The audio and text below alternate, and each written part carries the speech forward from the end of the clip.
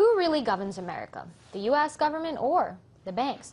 Most people believe it's the government, but some say just follow the money trail and you'll see that the true ruler is actually Wall Street. Well, joining me now from Springfield, Illinois to share his views on this economic empire is Damon Vrabel, Army veteran, Harvard Business School grad, former Wall Street employee, writer, and economic philosopher. Hi there, Damon. I want to thank you so much for joining us. So you recently wrote a piece in which you said, quote, "It is clear that we do not live in a constitutional republic, but rather a financial empire where the Wall Street oligarchy rules not only our lives, but also the government we elect." Can you elaborate on that rather harsh statement there? Sure. It is quite different than what we're trained to think from middle school and civics class.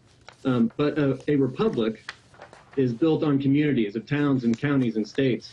And that's not what we live in today. We live in an empire governed by Wall Street and DC together. It's a public-private partnership that operates for the benefit of each other. Now you, Go ahead. What most Americans don't realize is that we have no money unless we are in debt to someone else. So the collective public debt and private debt and corporate debt in the system is what gives us money. If nobody's in debt, then we have no money. There is no sovereign money that the United States pumps out to the people. And so that means the government itself is a customer of the banking establishment. If you're a customer, you're not in charge. Now, you also say that the Federal Reserve and Wall Street, that's the real government of the United States. Now, RT has been covering the Fed and sort of possible investigations and audits into this institution. So I wanted to get your take on the role of the Federal Reserve in a possible economic recovery, if any.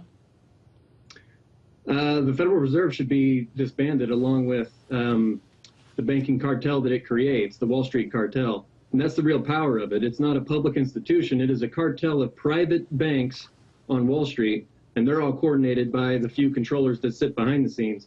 The Fed can't help us because all it can do is increase our debt position, which means we're going down a black hole, either towards a deflationary depression or hyperinflation, just like Weimar Germany. But Damon, you know, the debate here seems to always be framed around socialism versus capitalism. What do you make of that? Yeah, that's what everybody is focused on.